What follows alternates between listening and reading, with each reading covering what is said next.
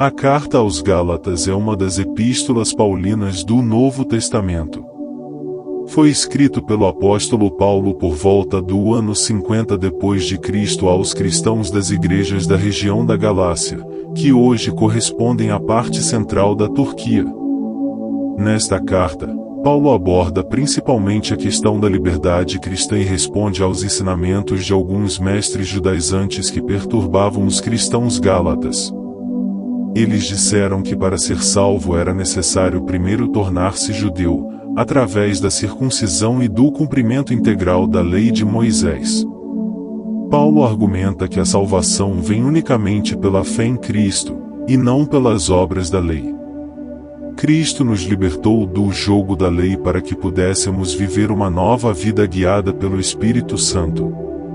Portanto, os cristãos gentios não precisam se submeter à circuncisão ou às disposições judaicas para serem aceitos por Deus. Em resumo, Gálatas é uma carta vibrante sobre a liberdade e a graça que temos em Cristo, por meio da fé e não por obras. É considerado por muitos como o manifesto da liberdade cristã. Carta aos Gálatas, capítulo 1.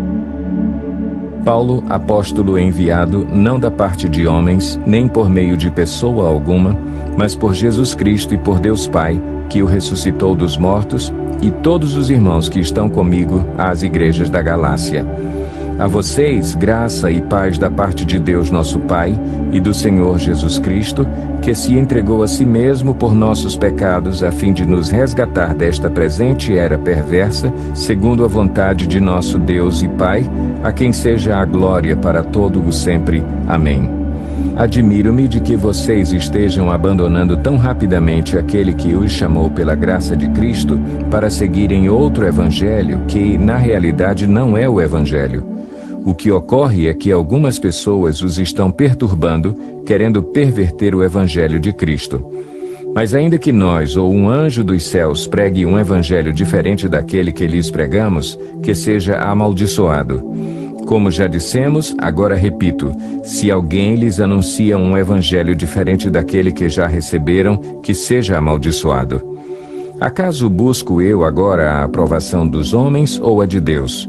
Ou estou tentando agradar a homens? Se eu ainda estivesse procurando agradar a homens, não seria servo de Cristo. Irmãos, quero que saibam que o evangelho por mim anunciado não é de origem humana. Não o recebi de pessoa alguma, nem me foi ele ensinado. Ao contrário, eu o recebi de Jesus Cristo por revelação. Vocês ouviram qual foi o meu procedimento no judaísmo, como perseguia com violência a Igreja de Deus, procurando destruí-la. No judaísmo, eu superava a maioria dos judeus da minha idade e era extremamente zeloso das tradições dos meus antepassados. Mas Deus me separou desde o ventre materno e me chamou por sua graça. Quando lhe agradou revelar o seu Filho em mim para que eu o anunciasse entre os gentios, não consultei pessoa alguma. Tampouco subi a Jerusalém para ver os que já eram apóstolos antes de mim, mas de imediato parti para a Arábia e voltei outra vez a Damasco. Depois de 3 anos subi a Jerusalém para conhecer Pedro pessoalmente e estive com ele 15 dias. Não vi nenhum dos outros apóstolos a não ser Tiago, irmão do Senhor. Quanto ao que lhes escrevo, afirmo diante de Deus que não minto. A seguir, fui para as regiões da Síria e da Cilícia. Eu não era pessoalmente conhecido pelas igrejas da Judéia, que estão em Cristo. Apenas ouviam dizer: aquele que antes nos perseguia, agora está anunciando a fé que outrora procurava destruir, e glorificavam a Deus por minha causa. Carta aos Gálatas, capítulo 2. 14 anos depois, subi novamente a Jerusalém, dessa vez com Barnabé, levando também Tito comigo. Fui para lá por causa de uma revelação e expus diante deles o evangelho que prego entre os gentios, fazendo-o, porém, em particular aos que pareciam mais influentes, para não correr ou ter corrido inutilmente. Mas nem mesmo Tito, que estava comigo, foi obrigado a circuncidar-se, apesar de ser grego. Essa questão foi levantada porque alguns falsos irmãos infiltraram-se em nosso meio para espionar a liberdade que temos em Cristo Jesus e nos reduzir à escravidão. Não nos submetemos a eles nem por um instante, para que a verdade do Evangelho permanecesse com vocês. Quanto aos que pareciam influentes, o que eram então não faz diferença para mim, Deus não julga pela aparência, tais homens influentes não me acrescentaram nada. Ao contrário, reconheceram que a mim havia sido confiada a pregação do Evangelho aos incircuncisos, assim como a Pedro aos circuncisos. Pois Deus que operou por meio de Pedro como apóstolo aos circuncisos, também operou por meu intermédio para com os gentios. Reconhecendo a graça que me fora concedida, Tiago, Pedro e João, tidos como colunas, estenderam a mão direita a mim e a Barnabé em sinal de comunhão. Eles concordaram em que devíamos nos dirigir aos gentios e eles aos circuncisos. Somente pediram que nos lembrássemos dos pobres, o que me esforcei por fazer. Quando, porém, Pedro veio a Antioquia, enfrentei-o face a face por sua atitude condenável. Pois, antes de chegarem alguns da parte de Tiago, ele comia com os gentios. Quando, porém, eles chegaram, afastou-se e separou-se dos gentios, temendo os que eram da circuncisão. Os demais judeus também se uniram a ele nessa hipocrisia, de modo que até Barnabé se deixou levar.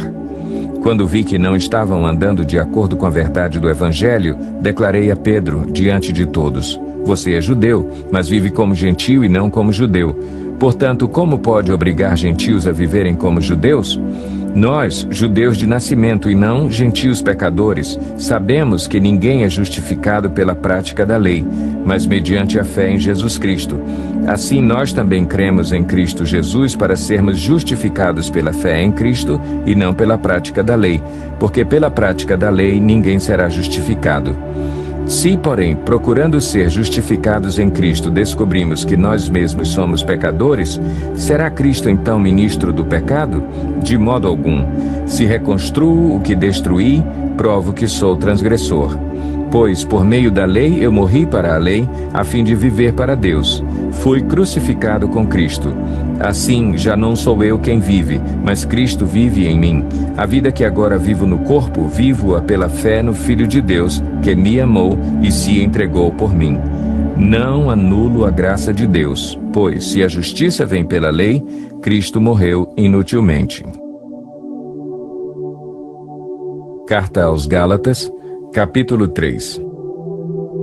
Ó Gálatas insensatos! Quem os enfeitiçou?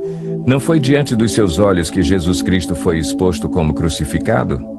Gostaria de saber apenas uma coisa: foi pela prática da lei que vocês receberam o Espírito ou pela fé naquilo que ouviram? Será que vocês são tão insensatos que, tendo começado pelo Espírito, querem agora se aperfeiçoar pelo esforço próprio? Será que foi inútil sofrerem tantas coisas, se é que foi inútil? Aquele que lhes dá o seu Espírito e opera milagres entre vocês, realiza essas coisas pela prática da lei ou pela fé com a qual receberam a palavra? Considerem o exemplo de Abraão. Ele creu em Deus e isso lhe foi creditado como justiça. Estejam certos, portanto, de que os que são da fé, estes é que são filhos de Abraão. Prevendo a Escritura que Deus justificaria os gentios pela fé, anunciou primeiro as boas novas a Abraão. Por meio de você, todas as nações serão abençoadas. Assim, os que são da fé são abençoados junto com Abraão, homem de fé. Já os que se apoiam na prática da lei estão debaixo de maldição, pois está escrito: maldito todo aquele que não persiste em praticar todas as coisas escritas no livro da lei. É evidente que diante de Deus ninguém é justificado pela lei, pois o justo viverá pela fé.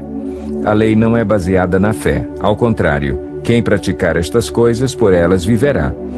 Cristo nos redimiu da maldição da lei quando se tornou maldição em nosso lugar, pois está escrito: maldito todo aquele que for pendurado no madeiro.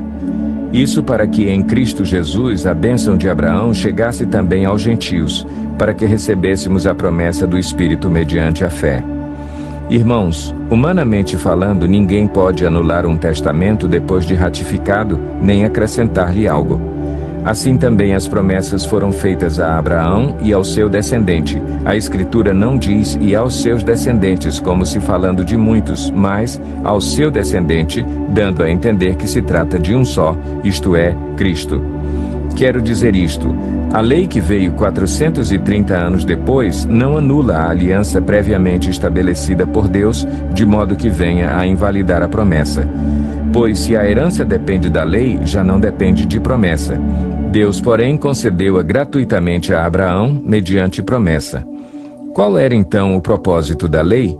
Foi acrescentada por causa das transgressões, até que viesse o descendente a quem se referia a promessa, e foi promulgada por meio de anjos, pela mão de um mediador. Contudo, o mediador representa mais de um. Deus, porém, é um. Então, a lei opõe-se às promessas de Deus? De maneira nenhuma, pois se tivesse sido dada uma lei que pudesse conceder vida, certamente a justiça viria da lei. Mas a Escritura encerrou tudo debaixo do pecado, a fim de que a promessa que é pela fé em Jesus Cristo fosse dada aos que creem. Antes que viesse essa fé, estávamos sob a custódia da lei, nela encerrados até que a fé que haveria de vir fosse revelada. Assim, a lei foi o nosso tutor até Cristo, para que fôssemos justificados pela fé. Agora, porém, tendo chegado à fé, já não estamos mais sob o controle do tutor. Todos vocês são filhos de Deus mediante a fé em Cristo Jesus, pois os que em Cristo foram batizados, de Cristo se revestiram. Não há judeu nem grego, escravo nem livre, homem nem mulher, pois todos são um em Cristo Jesus. E se vocês são de Cristo, são descendência de Abraão e herdeiros segundo a promessa. Carta aos Gálatas, capítulo 4. Digo, porém, que, enquanto o herdeiro é menor de idade, em nada difere de um escravo, embora seja dono de tudo. No entanto, ele está sujeito a guardiães e administradores até o tempo determinado por seu pai. Assim também nós, quando éramos menores, estávamos escravizados aos princípios elementares do mundo. Mas quando chegou a plenitude do tempo, Deus enviou seu Filho, nascido de mulher, nascido debaixo da lei, a fim de redimir os que estavam sob a lei, para que recebêssemos a adoção de filhos. E, porque vocês são filhos, Deus enviou o Espírito de seu Filho ao coração de vocês, e ele clama: Abba, Pai. Assim, você já não é mais escravo, mas filho, e por ser filho, Deus também o tornou herdeiro. Antes, quando vocês não conheciam a Deus, eram escravos daqueles que, por natureza, não são deuses. Mas agora, conhecendo a Deus, ou melhor, sendo por Ele conhecidos, como é que estão voltando àqueles mesmos princípios elementares, fracos e sem poder? Querem ser escravizados por eles outra vez? Vocês estão observando dias especiais, meses, ocasiões específicas e anos. Temo que os meus esforços por vocês tenham sido inúteis. Eu lhes suplico, irmãos, que se tornem como eu, pois eu me tornei como vocês. Em nada vocês me ofenderam. Como sabem, foi por causa de uma doença que lhes preguei o Evangelho pela primeira vez. Embora a minha doença lhes tenha sido uma provação, vocês não me trataram com desprezo ou desdém. Ao contrário, receberam-me como se eu fosse um anjo de Deus, como o próprio Cristo Jesus. O que aconteceu com a alegria de vocês? Tenho certeza que, se fosse possível, vocês teriam arrancado os próprios olhos para dá-los a mim. Tornei-me inimigo de vocês por lhes dizer a verdade? Os que fazem tanto esforço para agradá-los não agem bem, mas querem isolá-los, a fim de que vocês também mostrem zelo por eles. É bom sempre ser zeloso pelo bem, e não apenas quando estou presente. Meus filhos, novamente estou sofrendo dores de parto por sua causa, até que Cristo seja formado em vocês. Eu gostaria de estar com vocês agora e mudar o meu tom de voz, pois estou perplexo quanto a vocês. Digam-me vocês, os que querem estar debaixo da lei. Acaso vocês não ouvem a lei? Pois está escrito que Abraão teve 2 filhos, um da escrava e outro da livre. O filho da escrava nasceu de modo natural, mas o filho da livre nasceu mediante promessa. Isto é usado aqui como uma ilustração. Estas mulheres representam 2 alianças. Uma aliança procede do Monte Sinai e gera filhos para a escravidão. Esta é Agar. Agar representa o Monte Sinai na Arábia e corresponde à atual cidade de Jerusalém, que está escravizada com os seus filhos. Mas a Jerusalém do Alto é livre e é a nossa mãe, pois está escrito: regozije-se, ó estéril, você que nunca teve um filho. Grite de alegria, você que nunca esteve em trabalho de parto, porque mais são os filhos da mulher abandonada do que os daquela que tem marido. Vocês, irmãos, são filhos da promessa, como Isaque. Naquele tempo, o filho nascido de modo natural perseguiu o filho nascido segundo o Espírito. O mesmo acontece agora. Mas o que diz a Escritura? Mande embora a escrava e o seu filho, porque o filho da escrava jamais será herdeiro com o filho da livre. Portanto, irmãos, não somos filhos da escrava, mas da livre. Carta aos Gálatas, capítulo 5. Foi para a liberdade que Cristo nos libertou. Portanto, permaneçam firmes e não se deixem submeter novamente a um jugo de escravidão. Ouçam bem o que eu, Paulo, lhes digo. Caso se deixem circuncidar, Cristo de nada lhes servirá. De novo declaro a todo homem que se deixa circuncidar que está obrigado a cumprir toda a lei. Vocês, que procuram ser justificados pela lei, separaram-se de Cristo, caíram da graça. Pois é mediante o Espírito que nós aguardamos pela fé a justiça que é a nossa esperança. Porque em Cristo Jesus nem circuncisão nem incircuncisão tem efeito algum, mas sim a fé que atua pelo amor. Vocês corriam bem. Quem os impediu de continuar obedecendo à verdade? Tal persuasão não provém daquele que os chama. Um pouco de fermento leveda toda a massa. Estou convencido no Senhor de que vocês não pensarão de nenhum outro modo. Aquele que os perturba, seja quem for, sofrerá a condenação. Irmãos, se ainda estou pregando a circuncisão, por que continuo sendo perseguido? Nesse caso, o escândalo da cruz foi removido. Quanto a esses que os perturbam, quem dera que se castrassem. Irmãos, vocês foram chamados para a liberdade, mas não usem a liberdade para dar ocasião à vontade da carne. Ao contrário, sirvam uns aos outros mediante o amor. Toda a lei se resume num só mandamento: ame o seu próximo como a si mesmo. Mas se vocês se mordem e se devoram uns aos outros, cuidado para não se destruírem mutuamente. Por isso digo, vivam pelo Espírito e de modo nenhum satisfarão os desejos da carne. Pois a carne deseja o que é contrário ao Espírito e o Espírito o que é contrário à carne. Eles estão em conflito um com o outro, de modo que vocês não fazem o que desejam. Mas, se vocês são guiados pelo Espírito, não estão debaixo da lei. Ora, as obras da carne são manifestas: imoralidade sexual, impureza e libertinagem, idolatria e feitiçaria, ódio, discórdia, ciúmes, ira, egoísmo, dissensões, facções e inveja, embriaguez, orgias e coisas semelhantes. Eu os advirto, como antes já os adverti: aqueles que praticam essas coisas não herdarão o reino de Deus. Mas o fruto do Espírito é amor, alegria, paz, paciência, amabilidade, bondade, fidelidade, mansidão e domínio próprio. Contra essas coisas não há lei. Os que pertencem a Cristo Jesus crucificaram a carne com as suas paixões e os seus desejos. Se vivemos pelo Espírito, andemos também pelo Espírito. Não sejamos presunçosos, provocando uns aos outros e tendo inveja uns dos outros. Carta aos Gálatas, capítulo 6. Irmãos, se alguém for surpreendido em algum pecado, vocês que são espirituais deverão restaurá-lo com mansidão. Cuide-se, porém, cada um para que também não seja tentado. Levem os fardos pesados uns dos outros e assim cumpram a lei de Cristo. Se alguém se considera alguma coisa, não sendo nada, engana-se a si mesmo. Cada um examine os próprios atos e então poderá orgulhar-se de si mesmo sem se comparar com ninguém, pois cada um deverá levar a própria carga. O que está sendo instruído na palavra, partilhe todas as coisas boas com aquele que o instrui. Não se deixem enganar, de Deus não se zomba, pois o que o homem semear, isso também colherá. Quem semeia para a sua carne, da carne colherá destruição, mas quem semeia para o Espírito, do Espírito colherá a vida eterna. E não nos cansemos de fazer o bem, pois no tempo próprio colheremos se não desanimarmos. Portanto, enquanto temos oportunidade, façamos o bem a todos, especialmente aos da família da fé. Vejam com que letras grandes estou lhes escrevendo de próprio punho.